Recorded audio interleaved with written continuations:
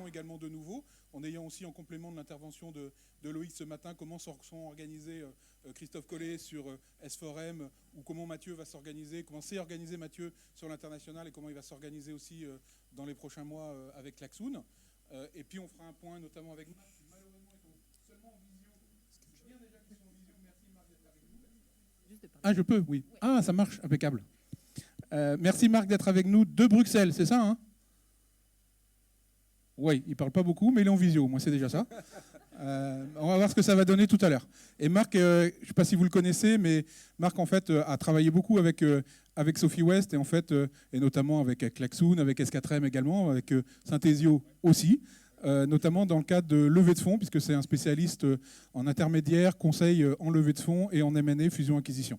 Et donc c'est quelqu'un qu'on apprécie beaucoup et qui va témoigner aussi de la relation entre international et investisseurs de série B, de série C, les investisseurs français ou étrangers. Donc ça va être aussi un grand sujet de notre table ronde de cet après-midi. Dans un premier temps, on va du coup utiliser l'expérience beaucoup des entrepreneurs qui sont là avec nous pour discuter où on travaille sur l'international, comment est-ce qu'on travaille sur l'international. Et je vais tout de suite laisser la parole à Christophe Collet, qui avec S4M a une grosse expérience de ce point de vue-là, parce que comme il l'a dit ce matin, aujourd'hui 75% de son chiffre d'affaires est réalisé à l'international, en Europe et également aux États-Unis. Donc il a une expérience qui va bien, il nous fera part dans quelques secondes de son expérience, les plus, les moins, et puis peut-être de retour en arrière aussi, comment est-ce qu'il aurait fait s'il pouvait revenir en arrière. Voilà. Vous avez l'occasion de discuter ensemble sur ces sujets-là.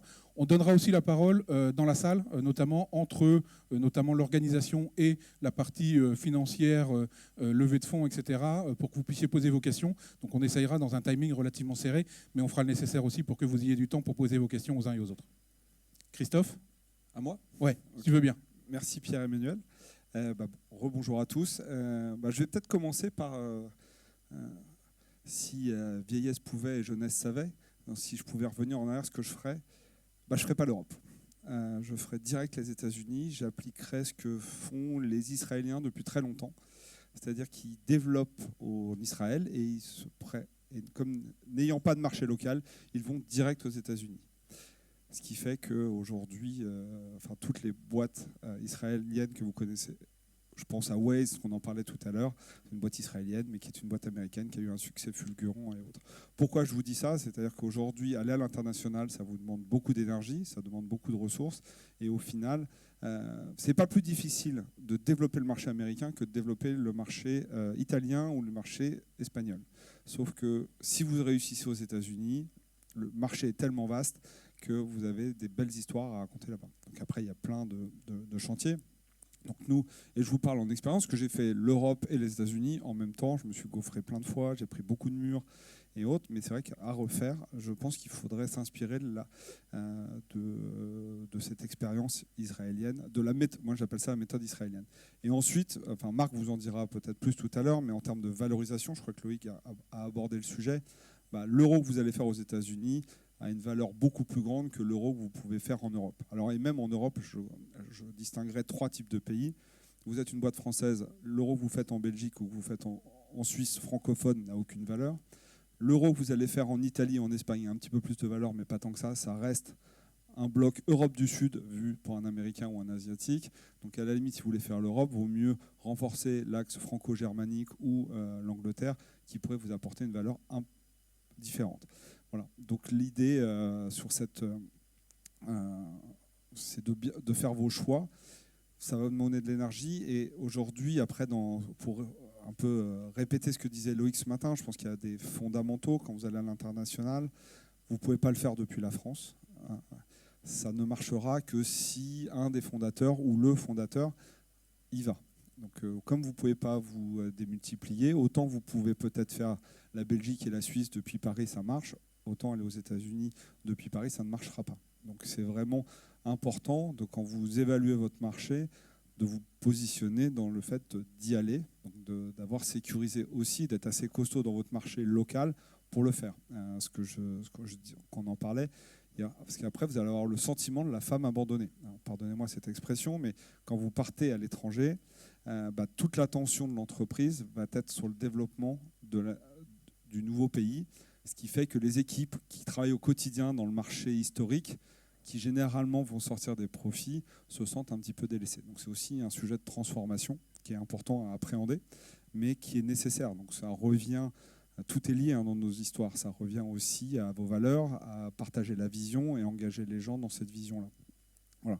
Donc si je peux donner un conseil à tous les entrepreneurs qui sont ici présents, qui veulent aller à l'international, considérer les opportunités de marché. Les États-Unis, ça fait grand comme ça, on a l'impression que c'est énorme et que c'est un immense challenge. Ça l'est, mais pas plus que l'Allemagne. Ça l'est, pas plus que l'Angleterre. Et je dirais, alors pour partager mes expériences, on s'est planté en Angleterre, on a réussi aux États-Unis. Voilà. Donc après, est-ce que c'est un problème de personne? J'étais en Angleterre, on n'a pas réussi à craquer le marché. On est allé aux États-Unis. Voilà. Donc maintenant, aujourd'hui, on a plutôt tendance à vouloir grandir là-bas. On a cette chance aussi d'être dans de l'hypercroissance. Là, on est sur des taux de croissance à 100%. On pourrait encore faire plus, etc. Donc c'est intéressant parce qu'une fois que vous l'avez craqué, le marché est colossal. Voilà. Christophe, revenir sur un des sujets qu'on avait évoqué ensemble aussi, c'est le côté focus. C'est-à-dire que c'est difficile de faire tout en même temps. Si tu revenais en arrière aussi, il y aurait peut-être des priorités, comme tu l'as dit, US versus Europe. Mais même en Europe, faire plusieurs pays en même temps, c'est quand même très lourd, avec des potentiels de marché aussi différents, évidemment, de chacun des pays. Et donc, l'idée, c'est peut-être d'être séquentiel, peut-être aussi en fonction des moyens que l'on a, et d'y aller progressivement. Oui, tout à fait. C'est que nous, on a fait, encore une fois, cette erreur d'aller dans beaucoup trop de pays en même temps. Bon, après, on a assumé nos erreurs et on l'a fait. Et aujourd'hui, on s'en plaint pas trop. Maintenant, ce qui est vrai, c'est, je dirais que ça, et là, c'est Marc qui vous en le dira plus que moi, mais c'est quelle est votre écoute historique? Comment vous avez envie de l'écrire? Qu'est-ce que vous avez envie de faire dans 5 ans? Et en fonction de cette écoute historique, vous allez choisir les pays qui sont importants pour vous. Encore une fois, à l'international, on peut aussi avoir des très bons business qui sont faits qu'en France, avec des bonnes rentabilités sur un marché français. Donc c'est vraiment la vision que vous avez de votre boîte et où vous voulez l'emmener. Si vous avez... Et vous pensez que votre boîte a le potentiel d'aller à l'international, il faut y aller, mais ensuite il faut faire des choix en fonction de votre écoute historique. Encore une fois, je reviens là-dessus. La Belgique, c'est bien, vous allez pouvoir faire de l'argent, mais ça n'aura pas de valeur si vous voulez demain vendre votre entreprise à un Américain ou un Asiatique. Voilà, c'est tout. C'est vraiment d'avoir ce focus-là. Et c'est en fonction, définissez votre stratégie, pourquoi vous voulez aller à l'international, et en fonction de ça, vous ferez vos choix. Mais aujourd'hui, le seul conseil que je peux vous donner, mais qui est purement mercantile, pardonnez-moi, c'est que si vous voulez faire du business, si vous avez l'opportunité d'aller aux États-Unis, là-bas, vous ferez vraiment du business et beaucoup de dollars. Peut-être donner la parole à Mathieu, parce que Mathieu a lancé les États-Unis assez vite, avec une présence locale assez vite. Pour autant, les États-Unis, encore à date, vu la croissance aussi sur la France et sur l'Europe, ce n'est pas encore un pourcentage très important de ton chiffre d'affaires. Mais pour autant, tu as fait le choix aussi très vite de se dire ma société, c'est une société internationale par définition, et donc de faire des lancements de produits très internationaux, notamment, on s'en souvient, au CES à Las Vegas à plusieurs reprises, le camion Klaxoon également, on s'en souvient en France, je pense qu'on s'en souvient aussi aux États-Unis. Et donc c'est intéressant d'avoir peut-être ta vision des choses, de te dire je planifie à long terme en m'organisant de telle manière que je fais déjà des événements, des sorties de produits qui sont très internationales, même si je ne suis pas encore une société encore très internationale, quoi. Oui. Alors nous, on est sur le sujet de la collaboration. Les outils collaboratifs du quotidien sont historiquement américains. Et donc, quand on s'est lancé, on avait 2 défis. Déjà, 1, éviter de se faire piquer l'idée. Et 2, essayer de faire en sorte de montrer que cette entreprise était solide et capable d'aller servir des clients dans le monde entier. Donc, on a traité ce point sur les conseils d'un client qui était Schneider, qui nous a dit très tôt, en 2015, vous avez un bon produit, allez vous défendre sur des salons internationaux, allez au CIS, rendez-vous visible le plus vite possible. On a suivi son conseil et on a gagné effectivement des prix très vite là-bas. Et ça nous a permis de baigner très vite, sur des séquences qui étaient courtes. On parle de 10 jours passés quand on va comme ça à Las Vegas, c'est 10 jours max passés sur le sol américain. Mais on croise pendant donc ces 4 jours de salon, on croise des milliers de personnes, c'est juste gigantesque, hein, et autant de feedback, autant de rencontres ratées, de portes ou le fameux pitch « What does it do ?» On m'a posé ça des milliers de fois la question. Et puis au fur et à mesure de ces journées, on a affûté notre discours, on s'est rendu compte que finalement notre sujet, au départ, on était allé avec un angle qui était très objet, intelligent, connecté dans la réunion. Bon, on a muté en 3 jours sur, on va vraiment focuser sur la réunion, sur le temps de la réunion, ça parle aux gens. Et puis, bref, au fur et à mesure, ça a été à chaque fois à la fois défendre notre positionnement et surtout apprendre très très très très vite à savoir leur parler. Et donc ça, dès 2016, on est retourné chaque année, 2016, 2017, 2018. Et on s'est rendu compte qu'en fait, on était capable d'avoir dès le départ des équipes là-bas à l'aise sur nos terrains. Donc on a recruté un premier commercial en 2017, avec lequel on a commencé cet apprentissage de la difficulté d'avoir des gens sur le sol américain. On a eu 5, je crois, à peu près d'affilée comme ça, qui se sont passés le rôle. Ils avaient surtout pour responsabilité de traiter les leads, qui étaient quand même assez nombreux, et de maintenir cette petite présence là-bas, même si on n'avait pas encore complètement craqué le code en France, le produit n'était pas encore complètement mature, donc on a essayé de faire en sorte que, tout en grandissant très vite, on défende une position solide. Et l'objectif, le troisième point, c'était de pouvoir interagir avec les géants de ce marché, donc les fameux Microsoft, qui était le Graal, et qui est toujours aujourd'hui la référence en termes d'outils collaboratifs et outils professionnels au quotidien, et donc de faire en sorte qu'on soit capable d'interagir, d'interpeller ou de leur montrer qu'on était des acteurs solides sur ce marché. Et ça a fonctionné. Ils nous ont contactés dès 2018 en nous demandant directement à la R&D à Seattle qui contacte nos équipes pour demander un contact entre nos produits, en constatant qu'on était les plus vocaux sur le sujet, les plus dynamiques, à travers ces quelques salons auxquels on avait participé. Il ne s'agissait pas d'être présent partout, on avait ciblé quelques salons précis, et qu'on était aussi en train de se déployer très fortement dans les grandes organisations, y compris des clients français. Donc ce qui est assez intéressant, et ça c'est le cas de Microsoft, je ne pourrais pas en faire une généralité, mais ils sont évidemment à considérer dans un écosystème SaaS et tech aujourd'hui, et ils sont très très très en regard en permanence de ce qui se fait.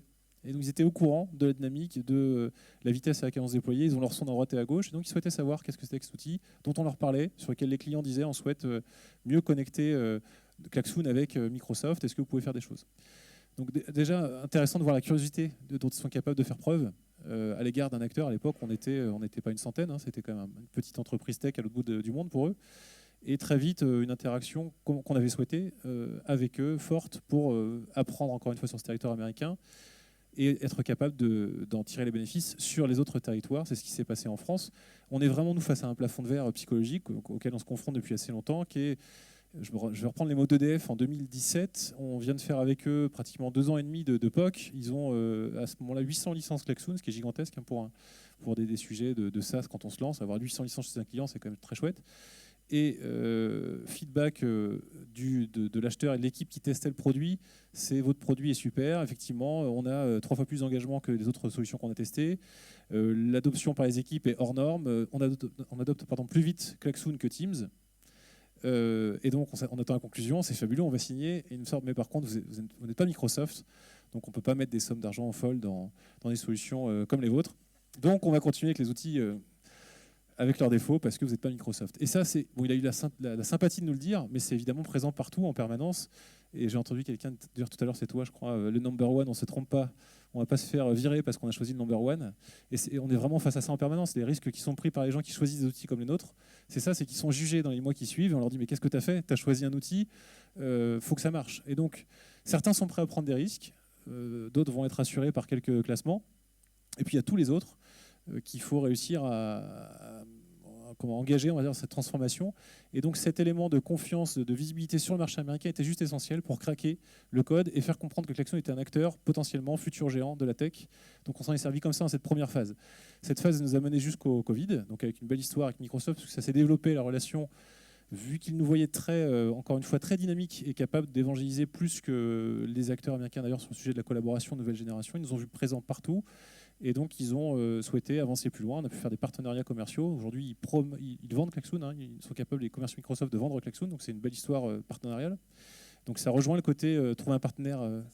Jour, mais non, ça se fait. A pris 2 ans. Ça a pris 2 ans, ouais, ça se fait. Et d'ailleurs, pour la petite histoire, ça s'est fait très très bien avec les Américains. Et on a dû rattraper, ça nous a pris 18 mois à rattraper le coup côté français, parce que les acteurs français, Microsoft France, ne nous connaissaient pas, étaient un peu vexés de nous voir grandir très vite avec les Américains. Donc ça aussi, ça paraît magique. On se dit c'est super, je décrochais les Américains, donc maintenant le monde s'offre à moi.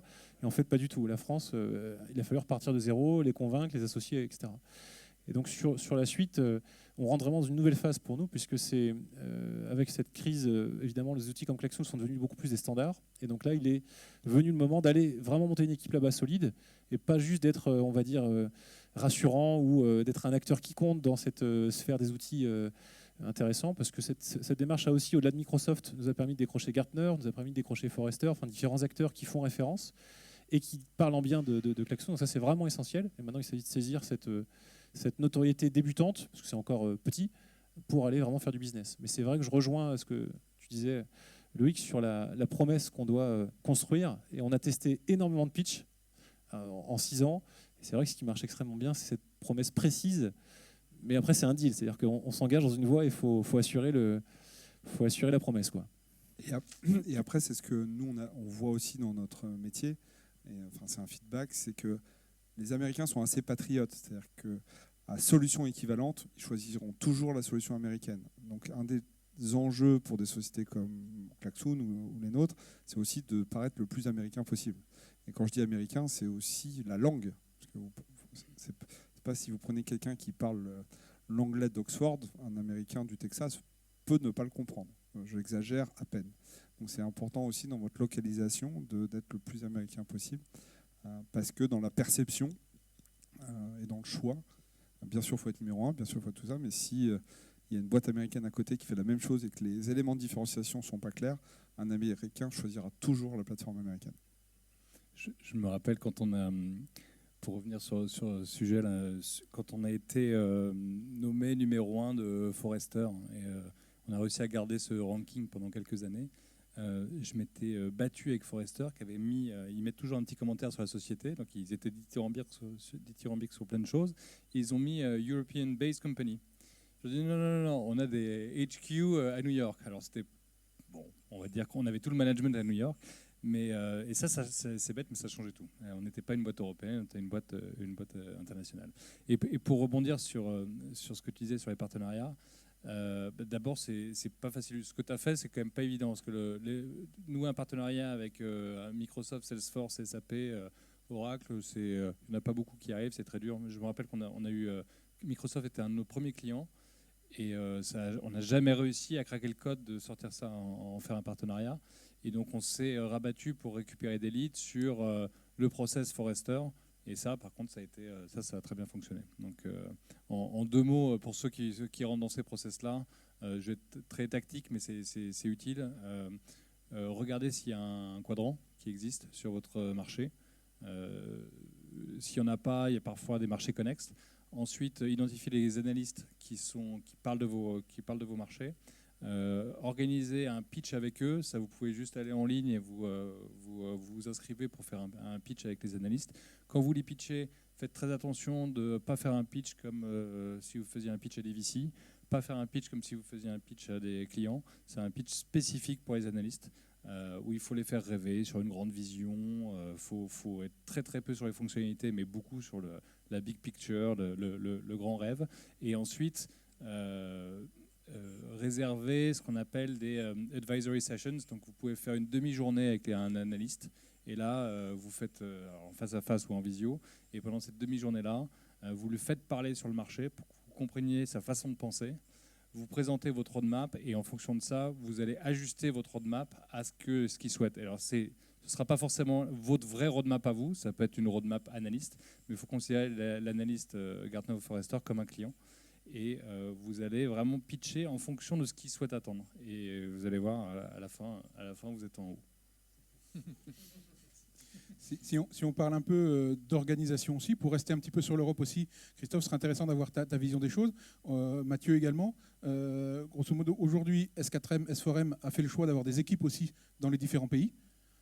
C'est pas forcément un choix évident parce qu'il y a beaucoup de choses et Klaxoon est un bon exemple. Depuis la France, on peut vendre sur toute l'Europe.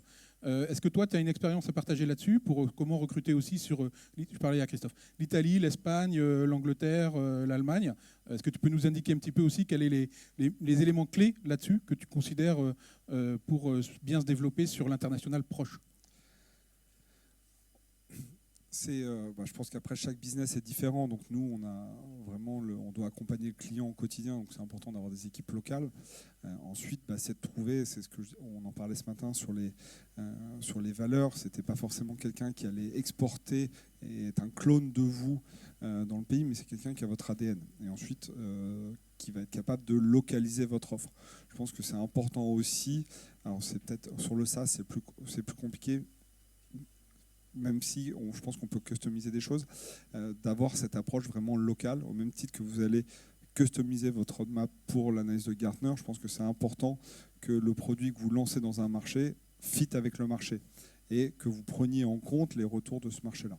Ensuite, sur le recrutement des personnes, je pense que l'Europe reste relativement petite et donc je privilégie toujours le réseau. Je pense que c'est toujours mieux de recruter quelqu'un par réseau parce qu'au moins elle est connue et autres. Après, bon, il y a les solutions classiques, mais c'est vrai que nous, on a développé... finalement, les pays où on s'est moins trompé, c'est quand c'est venu par le réseau. Dès qu'on a fait appel à des chasseurs dans des pays qu'on connaissait moins, où on n'avait pas on ne pouvait pas récupérer du feedback sur la personne, c'est là où on s'est le plus planté. Donc voilà, donc c'est vraiment là. Ensuite, comment vous les animez? C'est vrai que nous, on a des bureaux un peu partout en Europe avec des équipes. Bon, bah, c'est pareil, c'est au même titre, il faut aller les voir. Le local est là, vous êtes le central et votre job, c'est de les aider à faire leur business. Donc c'est d'aller les écouter et de les aider à s'adapter. Encore une fois, je pense que l'erreur à ne pas faire est de leur imposer vos process. C'est bien qu'ils en respectent certains, bien évidemment, mais c'est comment vous adaptez votre offre au niveau local pour qu'elle puisse se développer et que vous allez donner des chances. Mais ça parle aussi dans le marketing, ça parle dans la localisation de vos produits. Ce que je vous disais sur la localisation en américain, c'est aussi vrai sur de l'italien, sur de l'espagnol. Alors on peut dire aujourd'hui c'est super, on parle tous anglais. Bon, aller en Italie, ils ont envie de parler avec un Italien. Aller en France, ils ont envie de parler avec un Français. Voilà, donc c'est vraiment... Et d'avoir des équipes... C'est assez rare d'avoir des équipes qui ne sont pas du pays. C'est-à-dire que si vous voulez fonctionner, surtout dans la relation client, je vois pas... il y a assez peu d'Anglais qui pilotent des boîtes ici. On peut prendre l'exemple de la salle. Je ne pense pas qu'il y ait une autre personne que française ici pour piloter ça. Donc, dès qu'il y a de la relation client, en général, c'est une personne dont la nationalité est la même que celle du pays où vous êtes. Ça peut être un peu différent en Angleterre ou aux États-Unis, parce que les États-Unis sont plus ouverts. En Italie, en Angleterre, ça reste quand même des anglo-saxons. Et surtout, ils font quand même beaucoup de business entre anglais. Mais bon, ça, c'est un autre sujet. Donc, mon conseil, c'est si vous allez en Angleterre, c'est vraiment de prioriser des équipes anglaises pour qu'ils vont être capables de vous ouvrir le réseau en Angleterre, qui prendra un peu plus de temps qu'un réseau ailleurs. Vous rebondir ou pas sur le sujet? Parce que moi j'ai une question sinon pour Marc. Mais Marc, tu m'entends?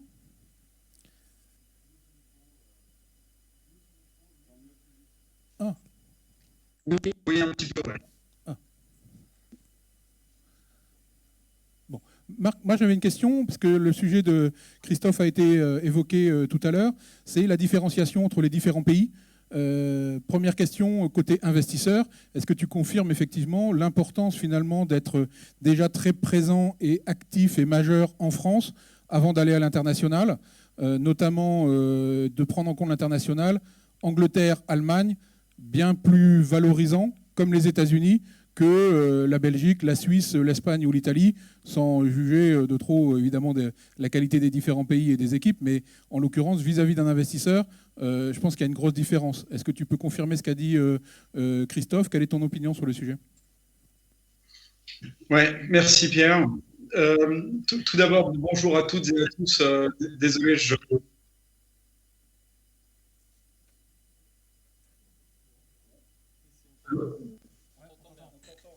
On t'entend. Ah. Ouais, donc, désolé, j'aurais bien aimé être parmi vous, mais j'ai eu une contrainte perso qui a rendu les choses un peu plus compliquées. Juste pour me présenter, donc Marc Wacknin, cofondateur de Alpha Capital, initialement à Londres. On a conseillé plus de 130 levées de fonds en une dizaine d'années, parmi pas mal de belles sociétés de la French Tech, notamment des sociétés du Next 40 comme Miracle, Content Square, Back Market, Klaxoon, et j'en passe. Et parmi pas mal de sociétés avec, comme le disait Pierre, sur Sophie West, avec Sophie West, donc S4M, avec Christophe Collet, et pas mal d'autres que j'oublie. Donc effectivement, avec notre approche très internationale des levées de fonds, on a eu suffisamment de recul maintenant pour voir ce qui marche et ce qui marche moins bien. La première réponse, c'est il n'y a pas une solution qui s'applique à toutes les boîtes. mais ça, vous le savez déjà.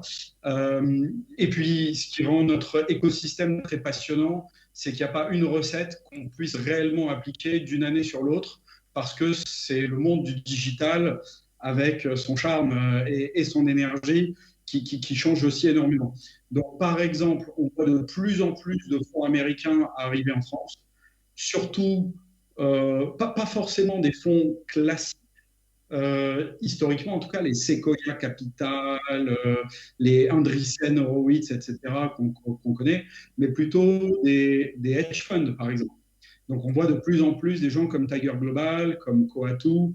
On voit aussi, alors ils ne sont peut-être pas américains, mais de SoftBank, SoftBank qui annonce 8 deals en France, ou qui est sur le point d'annoncer 8 deals en France en cours. Bon, voilà, donc on voit un peu ces animaux d'un autre monde et d'une autre génération qui ne sont pas forcément les gens du private equity qu'on connaît depuis 20 ans, qui arrivent et qui changent aussi les règles et la donne. Donc, par exemple, on voit beaucoup de boîtes dans la fintech dont 100% de l'activité cible uniquement la France, par exemple, et levée avec des fonds américains. Une fois que ça c'est dit, on revient dans le centre de la courbe de Gauss de la statistique des levées. Et là, en effet, le schéma classique, c'est de se dire, bon, on est une boîte française ou européenne, on veut aller en Amérique ou on veut aller à l'international. Donc, le bon sens près de chez soi voudrait qu'on renforce notre capital et notre ADN et notre culture capitalistique avec des investisseurs internationaux. Eh bien, ça pourrait être le cas, c'est vrai, mais il y a des kilos de contre-exemples qui montrent qu'à la fois c'est contre-productif, si c'est fait trop tôt ou avec les mauvais partenaires, mais surtout si c'est fait trop tôt, mais aussi par rapport à telle ou telle géographie. Donc, exemple, on veut aller d'abord en Allemagne, donc on prend des fonds allemands, d'accord, mais est-ce qu'on est en série A, série B, série C?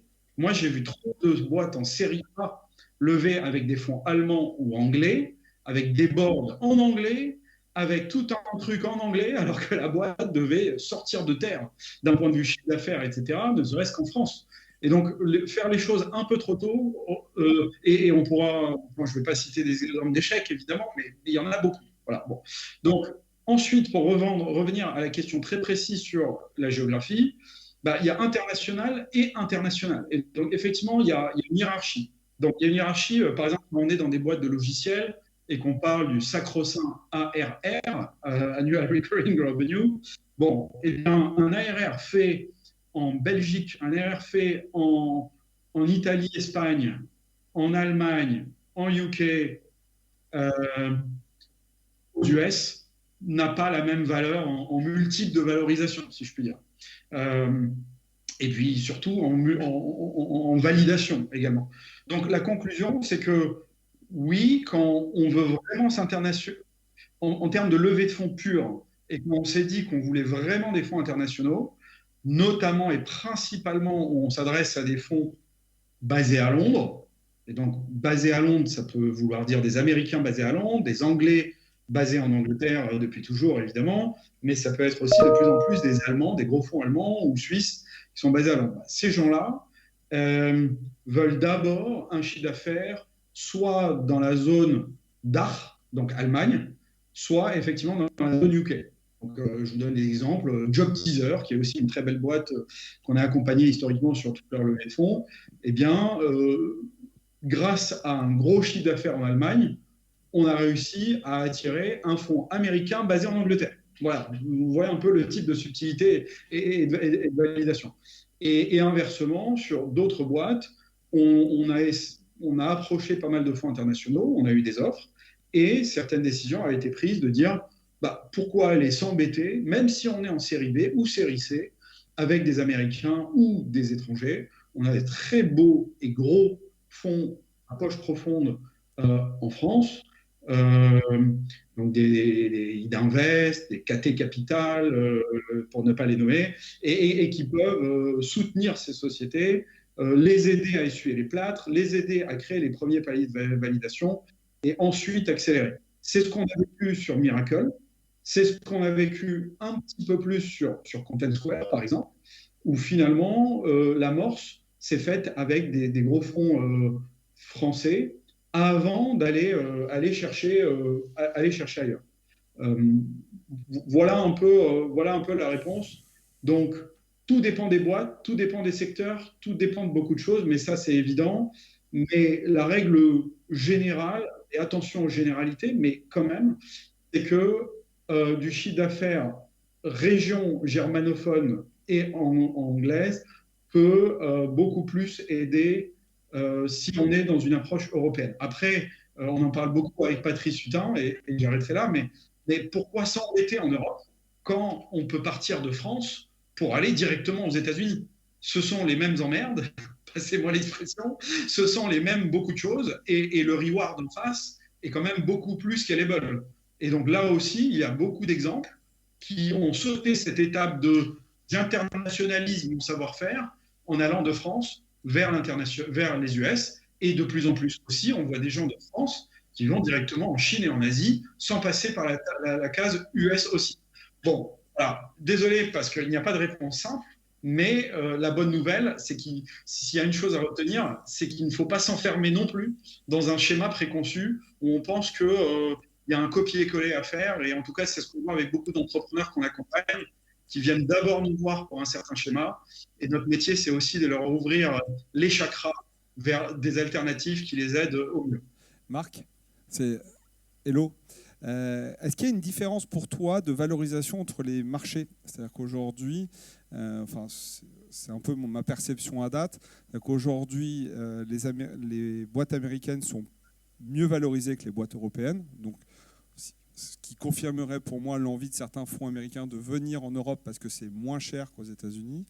Est-ce que c'est une tendance? Est-ce que j'ai raison ou pas dans cette approche? Parce qu'en fait, quand tu regardes les capitalisations de certaines boîtes, les multiples, tu vois, entre une boîte européenne et une boîte américaine, tu as un rapport de temps en temps du double au triple, quoi.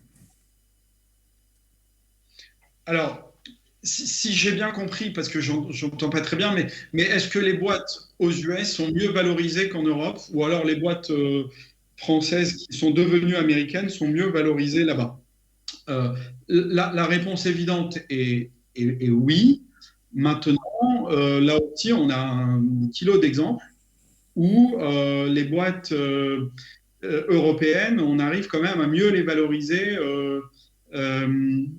Il n'y a plus de règles, en fait. Il n'y a plus de règles parce que tout dépend si on veut draguer des fonds américains ou si on veut draguer un SoftBank, par exemple. Parce que SoftBank, aujourd'hui, paye encore mieux qu'un fonds américain. Ou d'autres fonds asiatiques avec lesquels on travaille en ce moment même. Voilà, donc, et il arrive aussi qu'on parle à des très gros family office, donc des Verlinvest en Belgique, par exemple, qui font beaucoup de consumers, qui, eux, payent encore plus cher que tous les fonds de venture capital réunis. Donc la réponse simple, c'est oui. Et puis, pardon, l'autre réponse, c'est est-ce que les fonds américains qui viennent faire leur shopping en Europe et en France ont un blocage psychologique à payer les mêmes multiples aux États-Unis? Et donc, on a souvent la remarque, écoutez les gars, vous nous gonflez avec votre négociation à 2 balles, parce que si on doit payer ces multiples-là en France ou en Europe, vaut mieux qu'on aille payer la même chose chez le gars au coin de la rue. Vous savez, aux États-Unis, les valos entre les boîtes basées à San Francisco, celles basées au Texas, celles basées à New York, celles basées à Miami. Voilà, donc là aussi, il y a une hiérarchie à ce niveau-là qui commence à s'estomper un tout petit peu plus. Mais historiquement, en tout cas, les boîtes basées à Boston étaient moins bien valorisées que celles de San Francisco. Bon, ça commence à se réduire comme écart, mais en tout cas, si la question est si on veut se valoriser au mieux et qu'on est français ou européen, donc qu'est-ce qu'on fait? On part aux US? Absolument. Il faut le faire pour mettre un maximum de chances de notre côté. Par contre, on en parlait avec Pierre, attention quand même, parce que le fonds américain ou anglais, il benchmark la boîte française à qui il parle au niveau mondial. Donc, quand on parle à, je sais pas, Idinvest en France, bon, il vous regarde, vous, par rapport aux concurrents français ou éventuellement l'allemand du coin, mais ça s'arrête là. quand on parle un anglais ou un américain, il va aussi vous dire, tiens, il y a cette boîte en Inde qui fait la même chose en marketplace que vous, etc. etc. Elle n'a pas la même pente de croissance, elle n'a pas la même cible, machin, et il fait un arbitrage. Et il fait un arbitrage aussi de valo et de potentiel de croissance et d'agressivité. On sait tous qu'en France, les gens sont plus mesurés, plus prudents, là où dans d'autres géographies, les entrepreneurs, maintenant que le robinet est ouvert, il faut vraiment se lâcher. Et du coup, la lisibilité aussi est pas très claire. Donc, il faut faire attention à ça. Question peut-être pour vous tous avant de donner la parole à la salle. C'est sur le timing de la levée de fonds versus l'international. Est-ce qu'une société française, par exemple, peut lever des fonds pour l'international avec une vision assez théorique sur papier, ou est-ce qu'elle doit non seulement l'avoir préparée, qui paraît assez de bon sens, mais également finalement être présent déjà dans le pays en question, avec un minimum de chiffre d'affaires, le cas échéant, déjà des tests au niveau marketing pour adapter son marketing du coup au pays en question, voire éventuellement son activité commerciale, les premiers recrutements, etc. Est-ce que sur la question du timing, quel est un peu votre conseil là-dessus? Et est-ce qu'il faut s'y préparer finalement longtemps à l'avance avant de faire la levée de fonds pour l'international et être déjà présent à l'international avant de faire la levée de fonds? Ou est-ce qu'on peut finalement lever de l'argent pour l'international sans y être encore réellement? Donc la question s'ouvre à tous les quatre. Pour parler de nous, on a fait notre série A pour aller à l'international. On a fait notre série B avec Sophie West pour aller aux États-Unis. Donc on l'a fait dans ce schéma-là. Donc on avait, je pense qu'à chaque étape, des étapes de validation. Donc c'était la première étape, c'était la validation du marché historique, on va dire, local. Ensuite, on avait en 2018, quand Sophie West est rentrée, on avait 35% de notre chiffre d'affaires qui était fait hors de France. Alors pas forcément dans les pays les plus valorisants, on va dire. Et ensuite, maintenant, on fait 50% de notre chiffre d'affaires aux États-Unis, et donc 75% au niveau global. Après, ce que je disais tout à l'heure aussi, c'est que maintenant, on est dans une autre problématique, nous, c'est qu'on a 75% de notre chiffre d'affaires qui est fait par 2 pays, et j'en ai donc 25% qui est fait par le reste, qui représente 75% de mes emmerdes. Donc c'est comment on arrive à transformer cela pour essayer soit de répartir le risque, soit de se poser d'autres questions et de se concentrer sur les États-Unis, parce qu'en effet, la valeur de l'euro fait aux États-Unis est plus importante que celle qui peut être faite, encore une fois, en Europe du Sud ou même en Allemagne. Après, ça dépend de la perception des gens. Par rapport à vos expériences aussi personnelles, à quel moment finalement s'est fait la levée de fonds en France, je crois, avec des acteurs français pour l'international? C'était avant ou après de se lancer? Alors, moi j'étais déjà à New York et ça a beaucoup joué. Même si on avait, je crois, 400 ou 500 000 euros de revenus. Mais le fait de dire le CEO est déjà aux États-Unis, c'est quand même très rassurant. Alors, on a eu un coup de bol, c'est que notre classement Forrester est sorti le jour de la levée. Enfin, Marc s'en souviendra, je pense. Donc ça, c'était plutôt pas mal. Mais non, le fait de dire une grosse différence entre dire le CEO ou un des cofondateurs va aller aux États-Unis et il est déjà là. On gagne un an. Sur le timing de la levée de fonds versus le déploiement et le développement international? Donc, il y a plusieurs points là-dessus et on a vécu toutes les déclinaisons possibles et imaginables et tous les niveaux de grille parce qu'évidemment, étant nous-mêmes internationaux, on vient d'abord nous voir pour aller trouver des fonds internationaux. Et donc, le premier point, c'est qu'on pense que le premier contre-intuitif, c'est qu'on pense que le fonds international va nous aider à aller à l'international. Faux. Le fonds international veut d'abord voir si on est capable de ne pas être que franco-français, premièrement. Donc, pour le voir, évidemment, il regarde déjà les CV de l'équipe. Est-ce qu'il y a quelques non-français dans l'équipe et qui, à partir de France, arrivent à faire un peu de vente à l'international, ce qui arrive très souvent. Donc, un seul bureau, une seule base, et des gens qui, soit à distance, soit en commute, font des ventes à l'international. Donc ça, c'est le premier point. Et effectivement, donc premier point, l'équipe. Et deuxième point, une traction, comme on dit, sur du chiffre d'affaires, sur une validation du product market fit international. parce que c'est pas parce qu'on arrive à bien vendre à des Français du CAC 40 qu'on connaît, etc., qu'on arrivera. Bon, voilà, c'est évident, mais ça va sans dire, mais ça va mieux en le disant. Et en tout cas, les fonds veulent bien avoir des points de validation sur ces éléments. Et du coup, dès qu'ils voient cette traction, c'est là qu'ils s'y intéressent. Et là, on rentre dans un autre champ de mine où quand vous avez 10% de votre chiffre d'affaires, on vous dit c'est génial, vous revenez quand vous en avez 20, et puis quand vous en avez 20, on vous dit 25, ensuite un tiers, et pour certains 50%. Honnêtement, si on prend l'exemple par exemple de Miracle, on a à chaque tour de table, on a parlé à des internationaux, et à chaque tour de table, on nous sortait la phrase élégante à l'anglaise, There is a lot to like about your business, but not enough international. Voilà. Donc, dès qu'on a eu 50%, c'est là qu'on a réussi à attirer Bain Capital de New York, par exemple. Mais avant le 50%, c'était pas évident. Content Square, c'était différent. Il fallait attirer Island Capital. Pour le faire, le dirigeant a eu la bonne idée d'aller à une conférence, de débaucher le numéro je ne sais combien, qui était british avec un accent à couper au couteau. Bon, et les fonds anglais ont adoré, et du coup, ils se sont dit, il y a un British qui parle, voilà, etc. Donc, si on veut vraiment aller aux US et prendre de l'argent avec des fonds vraiment US, la courbe de Gauss, le centre de la courbe de Gauss montre qu'il faut vraiment beaucoup de chiffre d'affaires, beaucoup de validation, et effectivement, l'un des deux fondateurs qui soit basé là-bas, c'était le cas de Miracle. Content Square, c'est exactement ce qui s'est passé, parce que dès qu'il a pris un fonds anglais, tout de suite, il est parti s'installer à New York. Et donc, c'est quand même un parcours assez classique et assez bien balisé pour aller aux US, si on veut de l'argent US. Mais en 2021, est-ce qu'on a vraiment besoin d'argent américain? La vraie question est à se poser, surtout quand on voit toutes les initiatives qui arrivent de toutes parts et tout ce qui va derrière. Parce que comme tu l'as dit initialement, il y a de très gros fonds français aujourd'hui, ou européens, qui sont capables de mettre des tickets pour typiquement financer un développement à l'international, y compris aux États-Unis. Ce que tu disais initialement. Exactement. On va peut-être laisser la parole à la salle. Oh, ça je joue 1 centimètre, hein. Ah, on va peut-être laisser la parole à la salle s'il y a des questions peut-être, puisqu'on a une contrainte à 15h. Il y a M. Carval qui a une question. En fait, j'ai deux petites questions.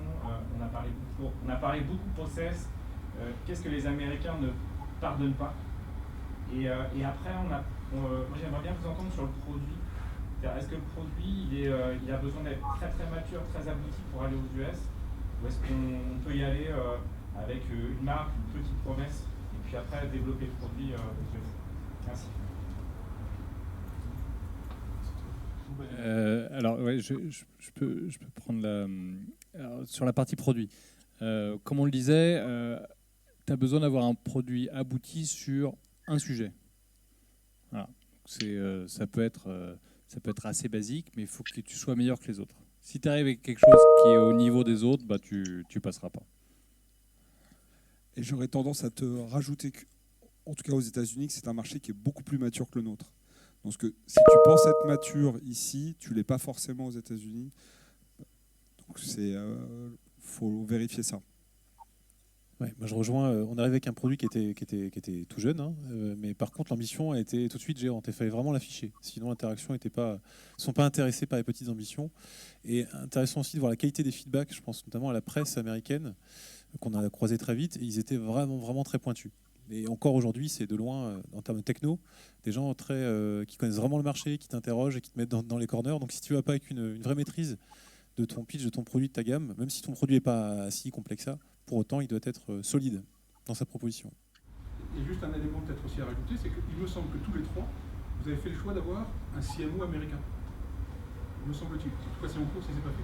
Donc ça aussi, c'est une caractéristique quand même assez inhabituelle, c'est-à-dire que finalement, les marketeurs américains, bien meilleurs pour l'ensemble du monde. Oui, je pense qu'il n'y a pas photo. Là, pour le coup, il n'y a pas vraiment photo. La direction marketing, si elle est basée en France, elle va adresser le marché français et elle n'aura pas du tout les réflexes aux US. Ne serait-ce que les problématiques de langue, de message, comment on fait du bon contenu US, faut que un CMO américain, je pense que c'est obligatoire.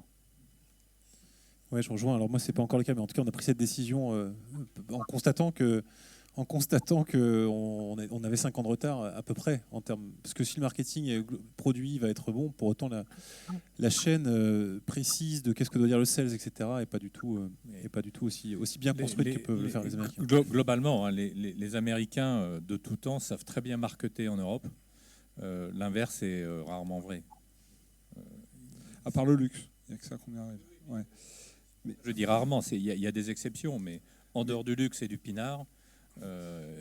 Et juste pour vous partager une expérience très récente, parce que notre nouveau CMO est arrivé il y a une semaine, et j'ai fait le weekly meeting, le premier, une semaine après son arrivée. Il m'a dit déjà tout ce qu'il voulait changer, et je vous confirme qu'il veut rechanger le positionnement, le nom, le message. Donc on va avoir un peu de boulot cet été. Peut-être. Moi, j'ai une... Répondre à la première question de Morgan, qui était est-ce que quelque chose vraiment rédhibitoire que les investisseurs ne souhaitent pas voir, entre guillemets, ou ils bloquent, entre guillemets, pour l'international?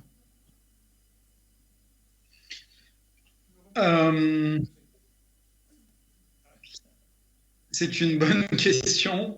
Ce qu'on ne dit pas assez, c'est qu'on est souvent dans le venture capital, dans un club de snobs, dans un club select de snobs. Et donc, ce qui est un peu décevant pour certains entrepreneurs, c'est que les investisseurs achètent parfois autant l'histoire de l'entrepreneur que comment il s'incruste aux côtés de tel ou tel investisseur.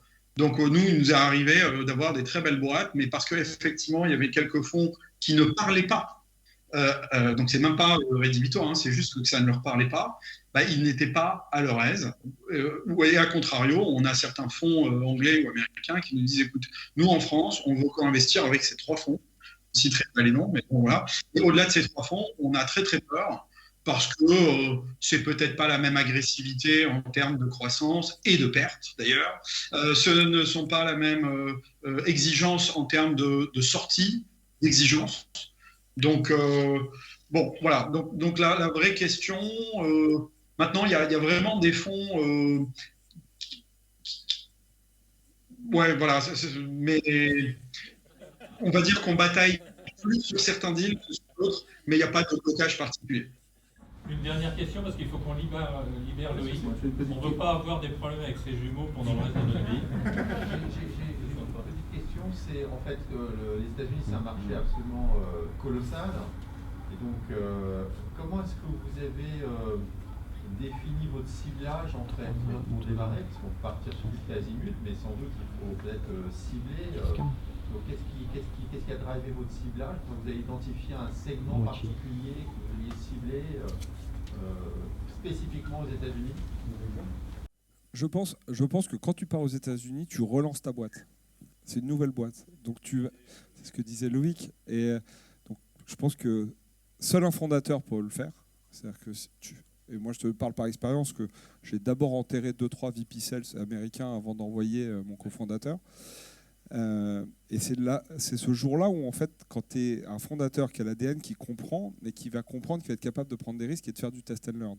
Donc ta réponse est oui, tu vas forcément segmenter une verticale, mais tu ne vas pas savoir laquelle au début. Alors tu peux éventuellement prendre une boîte de conseil qui va te prendre beaucoup d'argent pour essayer de te faire un product fit, market fit, mais finalement, ils ne risquent pas leur vie à le faire.